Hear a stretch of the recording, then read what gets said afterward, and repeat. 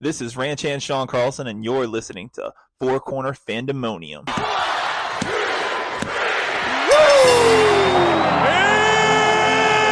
showtime! Woo! Rest in peace. Welcome to Four Corner Fandemonium. I'm your host, Jay Will, the voice of independent wrestling. And today we have Ranch Hand Shawn Carlson. How you doing today, bro? Man, I am living the dream, dude. Thank you for having me on. I really appreciate it. And thank you for setting this up, man. Thank you for doing this. We don't have enough great podcasts in the area, nor guys who are willing to actually put the work in. So thank you for doing what you do for real. That's no problem. I love doing it. I love getting my voice out there for other people and trying to get other people some exposure. That's a big thing. Trying to get everybody further than what they are. Yeah, that's awesome. You have a voice for radio too. Yeah. You should take up commentary, man. I'm really thinking about it. Hey, I know a place. You might can get me in. I can get you in. I know a guy. I can call him right now. It'll be cool. Oh, okay. Yeah. Okay. We'll work on that one. Yeah. All right. So tell us a little about you. All right. So, I'm Ranch Hand Shawn Carlson. I do a cowboy. Well, I shouldn't say cowboy gimmick. That's a basic misconception that just because I wear a cowboy hat, I'm a cowboy. Yeah. Nah, I'm a ranch hand. I'm a hardworking, loyal guy. That's what a ranch hand is. He's the top dog in the barn. He's a loyal, hard worker, and that's me. The reason I'm the ranch hand is because of our pro wrestling school, Workhorse Pro Wrestling. Shout out to Workhorse Pro Wrestling. Yeah, Workhorse Pro Wrestling, or Workhorse Pro Wrestling Training Center is the official name. But I feel like I'm the hardest worker in the club, and I feel like, to be that leader, you got to be that ranch hand. You got to be the guy out there grinding and taking it. My students don't want to look up the line and see guys who work once a month. They want to look up that line and see guys who are out there traveling every weekend, and that's why I'm traveling as much as I can. That's why I'm putting the work in. When I was first originally trained, I was trained terribly. I don't even claim that person anymore as my trainer or a former trainer, and I was a manager for years. I actually have Benjamin Button disease in wrestling. I don't know if you know that or not. I started out as a promoter in Baltimore Championship Wrestling, then became the booker of Baltimore Championship Wrestling. Then I bought in with Sean Hardy, and he was like, you should train and become a manager. So I did. Yeah, I remember when I first started coming to CW, you were a manager. Yeah, I was Money Mark Carlson. Exactly. You had the money suit on and everything. I remember that. And then it's like I watched you transition from that. It's like you got to where you could get with that, and then you just wanted to get into wrestling, get in the ring. You got in the ring. You just did nothing but soar. Yeah. Well, thank you. I appreciate that. A lot of that has to do with Mark Harrow, who's our head trainer at Workhorse. Great guy. Amazing dude. But I was a manager, and like I said, I started out in BCW, and then I transferred to being a manager, trained to be a manager, and then I was actually going to leave wrestling during the pandemic. I was done with it, and 3 people kept me in wrestling. Mm-hmm. My wife, she was like, you love this too much, and if it wasn't for wrestling, I would have never met my wife. She was an EMT at the House and Firehouse, and I was, managing, doing shows there, and that's how we met. And so I owe my personal life to wrestling with my wife, my kid. And she was like, you love this too much. You cannot leave this business like this. And I was like, you know what? 100% agree with you. And not only did I double down and try to make 1CW the best I could on my end, partnered with Sean Hardy. Well, we had already partnered, but, me and Sean Hardy put in extra work. We started busting our asses even more to make 1CW what it is. I also started the school and tried to give more opportunities to people in the area. There was no good training school at that point. Totem had closed down, which was Mark Harrow's old school. I called Mark Harrow and was like, hey man, you want to go into partners? Let's put this school together. And me and Mark had a weird vibe when before we first knew each other, because we only knew each other through the business. And Mark was mad at me because I would book these untrained wrestlers who I thought were trained, and I always felt Mark was like a smart ass to me. So I didn't think Mark liked me for the longest time. And then it was just a misconception. And we had a great first conversation. And I think I proved to him everything I actually am. And he's proved to me way more of the man that he is. So that was also super dope starting this school. And we just have a lot going on. And it's super cool. We're helping a lot of different promotions with ring rentals and everything. And we just work our asses off here to make wrestling in the area the best it possibly can be. Definitely. Gotcha. One thing, speaking of that, doing the rentals and everything, I see MCW are doing birthday parties. Is that something that y'all? Yeah, we do that. We will actually come to your house. We do that. We do it a few times a year, but we actually come to your house. So that way you don't have to worry about going to a place and having everybody go there. We'll come to your house. We'll come to your backyard. We'll set up the ring, and we do our own birthday party story for your kids and everything. Yeah, it's pretty wild. We do bachelor parties too if that's necessary. Okay. I mean, whatever you all need a wrestling ring for, I got you. That's what I'm saying. You said kids. What about adult parties? Yeah. Oh yeah, we can do that. Yeah. Because June's coming around. Okay, I got you. I got some weekends open in June too. I got you. I got some. We got some good stuff going on. We can do for you. So Perfect. We'll definitely talk about that off air.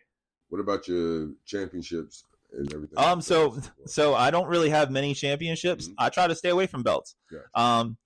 Especially when you're traveling a lot. Unfortunately for me right now, I'm just traveling to a lot of different places. So I don't really have a place where I want to stay a lot. Yeah. And I don't mean that in a negative light, but I can't promise the company I can be there all year long. So the only championship I've had so far is the Bulletproof Championship at 1CW. Mm-hmm. And that's kind of a baby to me. So it was really important for me to win it off of Christopher Andino, who's a tremendous talent, but I had to take it off of him because he was doing some bad things. And I am a two-time champion. I beat Mr. Grimm for it the first time, lost it to Andino, and then beat Andino back for it. And A.K. Willis just took it off me last show. Yeah, last show that was very controversial. Yeah, that Ty Awesome kid came flying out of nowhere with that belt, didn't he? Yeah. But you're about to see. I think I'm going to start winning some more championships here. I'm about to put that work in and get some more gold. Hey, always put the work in, bro.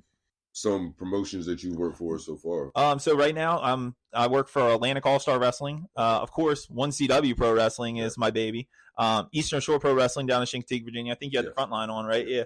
So Chincoteague, Virginia. And then I got like 6 new, and UWC up in New Jersey. I'm up there a lot.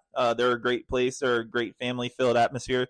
But I'm debuting at Eclipse next month. I'm debuting at PW Vibe this month, which is a big opportunity. And I wrestle at Fight Club all the time in DC as well. So those are about my next 6 dates, I think. So.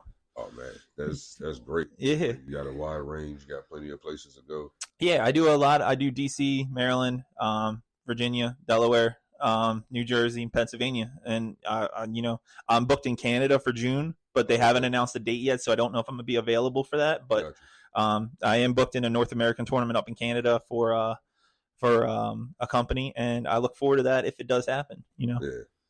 So all things going up. Yeah. Things going up. All right, let's get into a little bit of your wrestling past as a kid, man. Okay.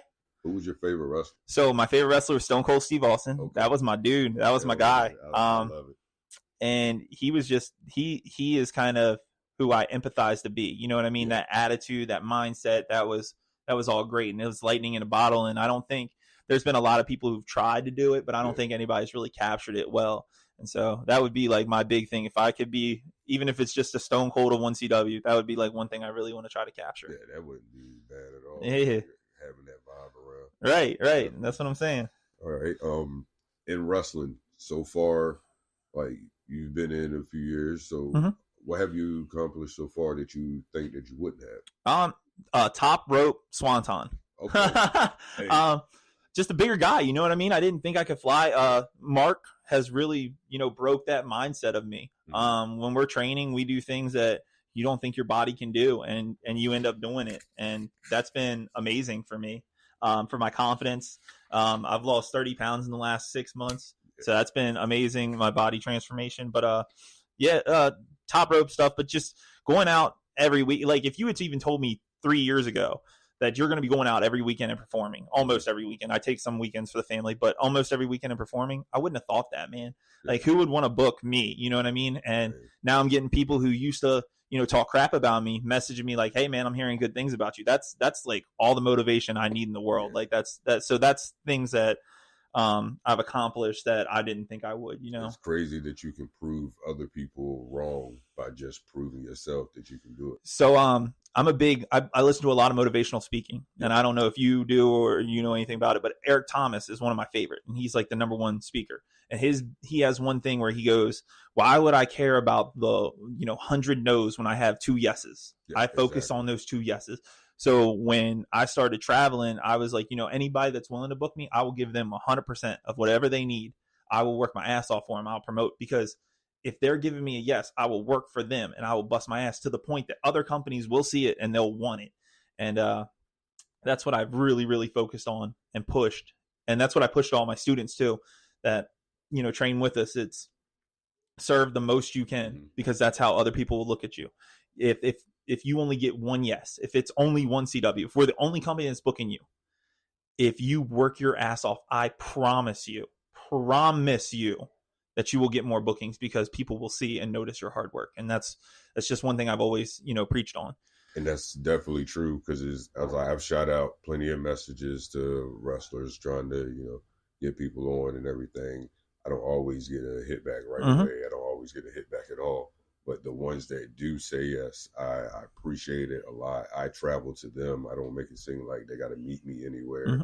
I will come all the way to you so we can be comfortable and have the best wrestling conversation that we can have. Right. And people see that, man. Like, trust me, people in my circle are already talking about your podcast. So, like, you're doing something right. You know what I'm saying? But no, seriously, hard work pays off. I always say that. Hard work pays off. And that's with anything in life. You can be the smartest, you can be the strongest, you can be the best. It doesn't matter. If you do not work hard, somebody will outwork you. Patrick Mahomes is a great example. He is probably the best quarterback. And I want to say last year, he did not put all of his hard work in. And he was beat. Yeah. And it clearly showed. This year, he has put that hard work. He's going in with high ankle sprains, going back into games. He's playing on a high ankle sprain. He is busting. Brock Purdy gained a ton of my respect this weekend. Yeah. Because he went back in with a torn elbow. Yeah. He has a ligament torn in his elbow and still went out and threw, because he knew Christian McCaffrey could not be the starting quarterback. Yeah, that wasn't going to work. Yeah. And he would rather go in with a torn elbow. That I don't care if the 49ers say, oh, Trey Lance is our guy. Somebody will trade for Brock Purdy. Somebody will get Brock Purdy because he's good. He's right. Because his hard work, his perseverance, and that's the kind of stuff that I love to see, and I want to see more people do. So many people want to give up so quickly, and I don't think that's the way to do it. You got to fight through it.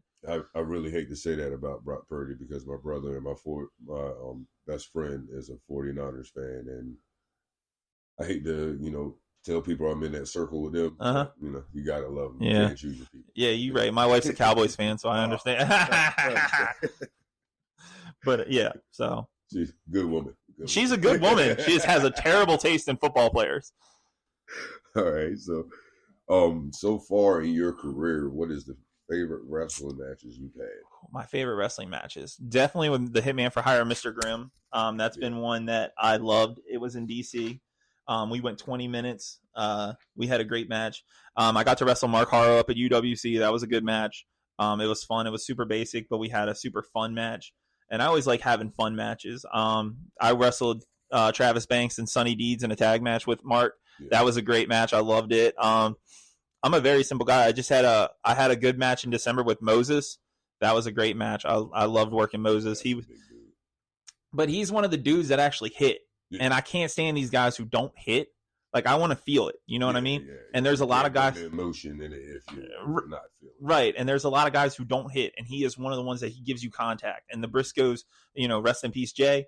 Jay was one of the ones that would do contact, and he preached that to everybody, make that contact. And that's what me and Moses were talking about going into the show or into our match. We were actually talking about them.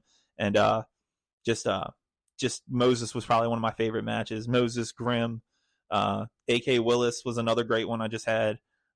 So many good ones. I'm every time I step in the ring, I feel like I have a really good match. I don't feel it afterward, but I feel like it's a good match when it happens. So definitely. I take that. Okay. Who would you rather watch back in the day? Was it SmackDown or Raw? So that's a tough one, right? So I grew up in a trailer. Gotcha. Poor family, and we had a TV that was black and white that we could watch SmackDown on, or we did have DirecTV where we could watch colored, Raw. So Raw was always my favorite because I could actually watch it. You know what I mean? SmackDown, you had to hold the antenna a certain way. And you'd barely get Jeff Hardy coming out. You appreciate it. Yeah, exactly. Okay, what was your best storyline for those? That's tough, man. My favorite storyline from that era had to be Stone Cold and Vince McMahon, right? Like that whole storyline. I'll never forget. I was a kid and I thought Stone Cold was really going to shoot this guy on national TV. Yeah. I'm like, oh my God, he is going to really shoot this guy. And then he when he pulled the trigger of his bang, I was more relieved than laughing because I'm like, thank God my favorite wrestler's not going to jail. Like, Jesus. Been cuffed so many times. Right. It might be real. Right. So that was probably my favorite. Is just all the shenanigans they did. It was such a great story. But Mick Foley, Mankind's story with turning into Dude Love and then Cactus Jack, like that was all great for me too. I remember that growing up, and that's just the best stuff I loved. Yeah, that's a wrestler that really took what he had at the stage of that career, and he just made lemonade out of just one lemon. He made a whole bucket of lemonade. I agree. He really transformed wrestling for character work. Yeah. And that was something that I think at that point needed. There was a lot of, hoopla and, show your boobs and do this and do that. Yeah. And he was more like, I'm a character and I can show you character work. And that was one great thing. And he made it work. Exactly. Yeah, exactly. All right. WCW, who would your dream match be with? WCW. Well, it's funny. Buff Bagwell just called me like 10 minutes ago. Yeah. Before we sat down in this interview, I literally had Buff Bagwell calling me, so that was weird. And it's weird that we bring up WCW, but Sting, man, Sting was the dude, right? Like, I hate saying it. Benoit was my favorite. It sucks. He was the best wrestler, but everything that happened, I hate. I'll never forget. This is a funny, like, crazy story, but we would go to we would watch pay-per-views in my house all the time, and my dad's best friend would bring his kids over and all that. And, then we went over to their house for one of them. And, no, they came over to our house for this one, and his daughter was the same age as me. And she goes, well, what's going to be the match you want to watch tonight? And I was like, it's Chris Benoit versus, Kevin, oh crap. His name's escaping me right now. Kevin Sullivan in a career versus career match. Yeah. And I was like, they're wrestling career versus career. And she's like, on my TV, they wrestle for titles. And I was like, it's the same stuff, man. Like, what's wrong with you? Like, they have real drama right now that one of them's leaving. Like, what's wrong with you? You don't understand the story. Yeah. You don't get what's going on. The story right now. So that's just one of my favorite WCW things in my head that I've always remembered. It was just a funny, story. Oh, okay, cool. What about WWF years? Who would you be in a dream match with in WWF? Not WWE. I'm talking way back when. Okay. Jake the Snake Roberts. That would be a great match. Jake the Snake Roberts. Jake was so precise in all of his moves and everything, and I'm a big student of his. I love his preciseness. I loved his promos. Everybody else would, hey brother, let me tell you something. He's like, listen to me. Yeah. He just got his point across just by in the fact that he didn't have to yell it. Yes. Made it more believable and intimidating. Yes. And like Dusty Rhodes was a big, reach in and grab you with his hands. Like he always talked with his hands and his feelings. Yeah. And Jake reached to you with his eyes. And I always thought that was an amazing part of his promo skills. He could tell you everything with his eyes. And there's very few who can do that, even in the world today of wrestling. Yeah. There's very few who reach you with those eyes. So just a program with Jake would be amazing. If I had to pick one. Yeah. You know what I mean? Ted DiBiase, another one. Yeah.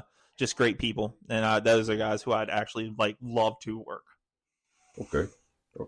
Hey, that would be two great matches. Hey, I'm saying. A 3-way in that would be even better. Hey, you know what I'm saying? I will definitely take all the heat. You know what I mean? I'll definitely babyface. I'll babyface. You're definitely going to have to. DiBiase, call me. All right. Right here in the near future, what shows do you have? What dates you got? Yeah, so February 19th, PW Vive in DC. Great company, great promotion. They haven't told me who I'm wrestling yet, so I'm excited for any challenger. But that show is being headlined by Killian McMurphy, Rob Radke, and Saul Esparza versus Trisha Dora. And they have a mystery opponent, and the Edith Surreal is the top dog in that, and it's Edith versus Killian for who the gay president is of pro wrestling. So I'm excited for that. So PW Vibe is going to be cool. And then 1CW, March 11th, I'm wrestling Ty Awesome for the 1CW Pro Wrestling Championship. Next champ. Yeah. You talking to him. That's what I said. I don't have any gold right now, but you're about to see. Ty, he's had this thing with, Sean Hardy, Stevie Ray Styles, whatever his name is. Whoever's name is today. They want to get this little click going, and hey, Ty, sorry, I respect you, but I'm gonna break you.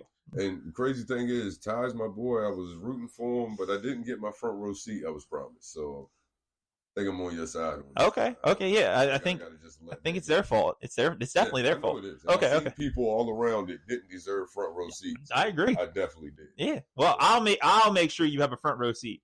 I'll make sure you have a front row seat. There you go. Right, there we go. Yeah, all the yelling will be for you. That's right. All right.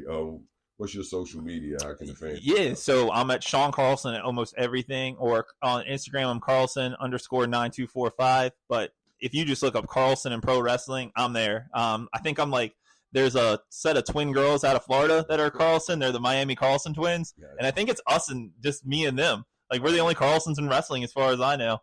Cool. And I'm in good company there. You know what I mean? They're beautiful women. Like, it's not hard to mistake you from them. Right. If they're my cousins, like, hey, holla at me still. I'm a redneck, whatever. I don't think my wife would approve, but you know what I'm saying.